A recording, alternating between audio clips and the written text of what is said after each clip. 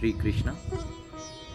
आशा करता हूँ कि आप सब लोग अपने परिवार के साथ कुशल मंगल है। आप सभी का स्वास्थ्य एकदम बढ़िया है। मैंने आज बैठे बैठे सोचा कि मैं एक वीडियो बनाता हूँ जिसमें मैं अपने एक्सपीरियंस शेयर करूँ आप सभी के साथ। ये वो एक्सपीरियंस है जो मैंने मेरी तीर्थ यात्राओं के दौरान, जो मैं मोस्टली सोलो करता हूँ, अकेले करता हूँ,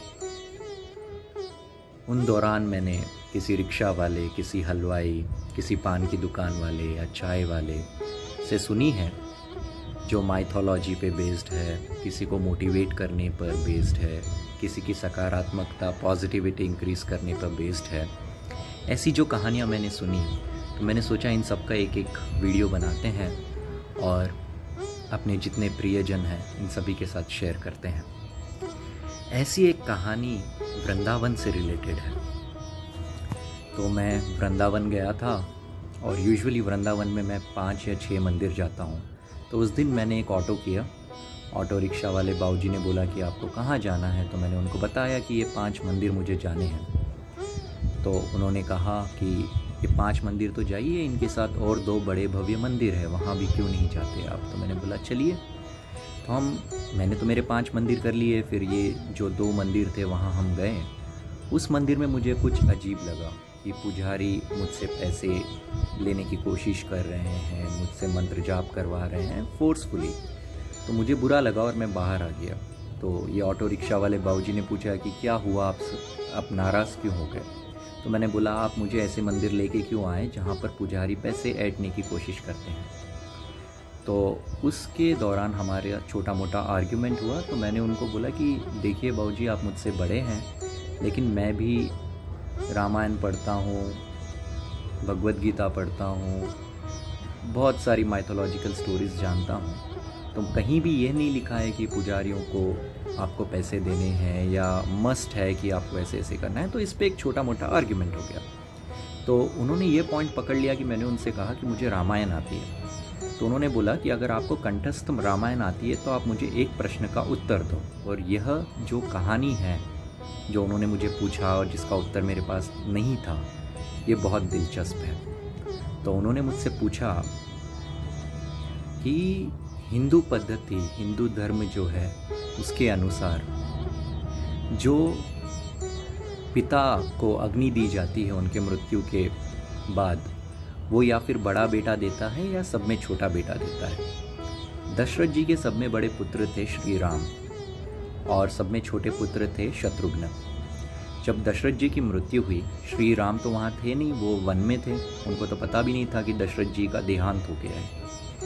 अब इसके चलते हिंदुइज्म के अकॉर्डिंग शत्रुघ्न को अग्नि देनी चाहिए थी क्योंकि वो सबसे छोटे बेटे थे।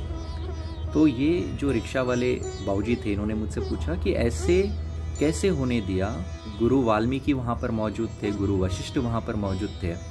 तो उन्होंने ये कैसे अलाउ किया कि भरत ने, जो दशरथ जी के दूसरे पुत्र हैं, उन्होंने अग्नि दी।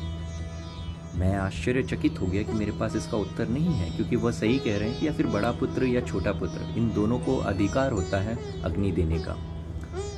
तो मैंने बहुत उनसे विनती की कि आप मुझे इसका उत्तर दीजिए। उन्होंने मुझे बहुत सताया और 1-1.5 घंटे बाद जब मैं मेरे होटल के पास पहुंचने लगा, तब उन्होंने मुझे उत्तर दिया कि दशरथ जी के जब पुत्र नहीं थे, जब वो बहुत यंग थे, तो वो जंगल में गए हुए थे। जंगल में उनके पीछे शेर पड़ गया और उसके साथ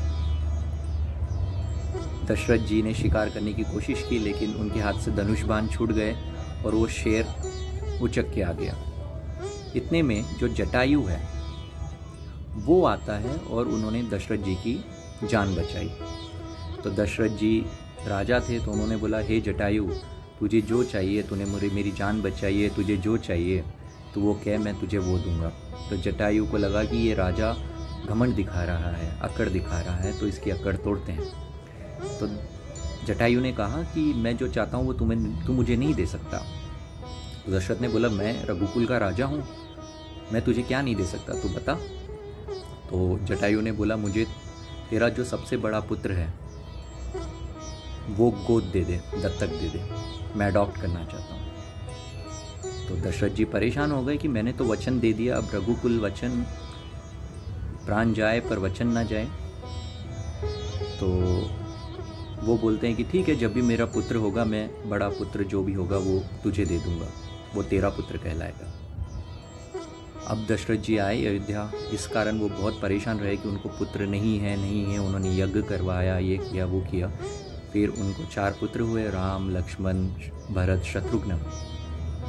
अब इस वचन के अकॉर्डिंग जो श्री राम थे वो तो दत्तक चले गए, क्योंकि इन्होंने बोला था जटायु को दत्तक चले गए। इसी कारण गुरु वशिष्ठ और गुरु वाल्मीकि इन दोनों ने ऑब्जेक्शन नहीं लिया भरत जब दशरथ जी को अग्नि दे रहे थे। एंड पार्ट 2, जब जटायु सीता जी को बचाते बचाते जब रावण उनका हरण करता है तो रावण उनको मार देता है और वो ज़मीन पर गिर जाते हैं, तो वो श्री राम को मिलते हैं। तो जटायु का जो पिंडदान है, पुत्र अनुसार, पुत्र अपने पिता का समझकर राम जी जटायु का पिंडदान करते हैं। तो ये स्टोरी पता नहीं इसका फैक्चुअली करेक्ट है या नहीं है, लेकिन बहुत ज़्यादा इंटरेस्टिंग थी। और एक रिक्शा वाले अंकल ने जब मुझे श्लोक बताकर एक एक शब्द के साथ ये समझाया, मेरे को ऐसे लगा कि साक्षात भगवान मेरे सामने आ गए हैं और मेरा मार्गदर्शन कर रहे हैं। ऐसी कहानियाँ लेकर मैं आपके पास और भी आता रहूँगा। धन्यवाद, थैंक यू।